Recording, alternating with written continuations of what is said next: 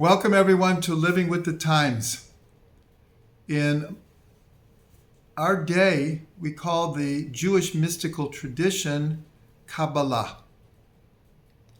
And it might be assumed that this tradition, which goes back thousands of years, has always been called Kabbalah. But actually, the mystic tradition has been called Kabbalah for about 1,000 years. Before that, it was known by many, many different names. It was called Sitrei Torah, meaning the secrets of the Torah, Ta'amei Torah, the inner dimensions of the Torah, Ma'aseh Bereshit, the workings of creation, Ma'aseh Merkavah, the workings of the chariot, Sod, the secret tradition, Torah Nistar, the hidden teachings, Torah Hachen, the Torah of grace.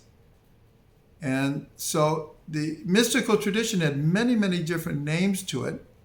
And Kabbalah was, in a sense, a late comer.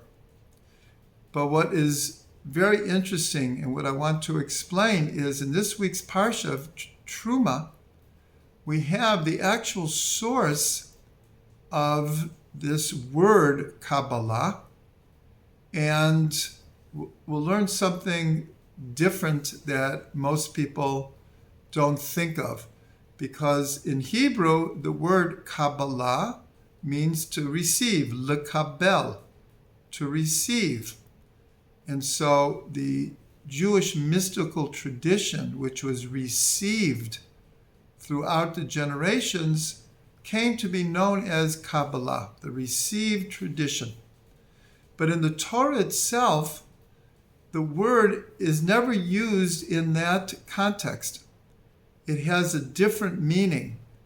The root, lahakbil, means to make correspondences, to make parallels, to link things together.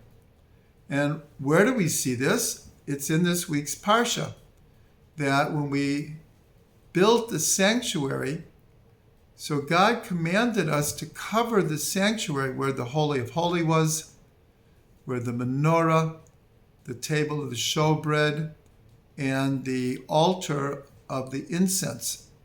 That was called the inner sanctuary. And it was covered by curtains and layers of coverings. There are actually 4 layers of coverings representing the 4 Kabbalistic worlds. And the instructions were that the lowest level of curtains, there were 10 curtains, and they would be made in 2 sets, 5 and 5, and above it was a set of 11 curtains, and then 2 more coverings over that. But in the instructions for the curtains, so it says that you should take these 2 sets of curtains and you should make 50 loops of a material, like a buttonhole, and 50 golden clasps. And you should line up the 50 loops and attach the 2 curtains with the golden clasps.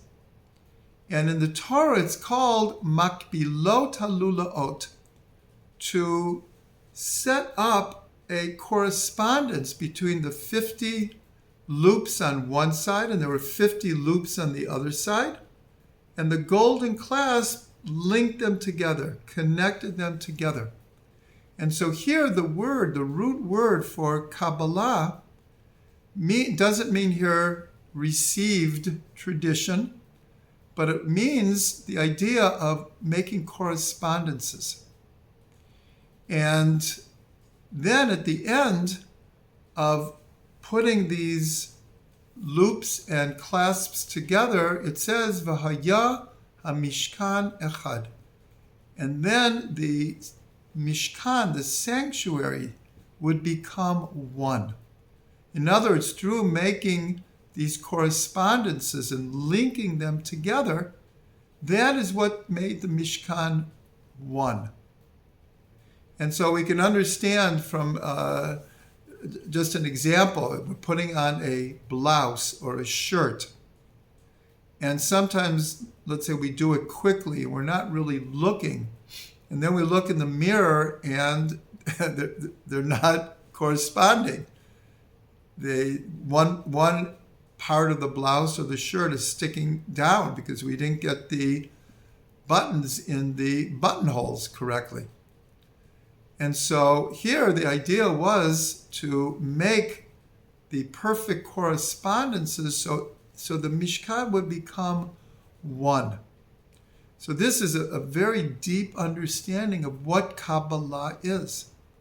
Kabbalah is a sensitivity. It's learning how to see the oneness in the world. Every day we say, Shema Yisrael, Hashem Elokeinu, Hashem Echad. Hear, O Israel, God, our God, God is one. And this is much more than declaring that we believe in one God. What it's really saying is our belief that everything is connected. God's oneness permeates the universe, and everything is connected. Now, of course, sometimes we don't see this. Sometimes we see quite the opposite. And part of the paradox is the first letter in the Torah is a big bet.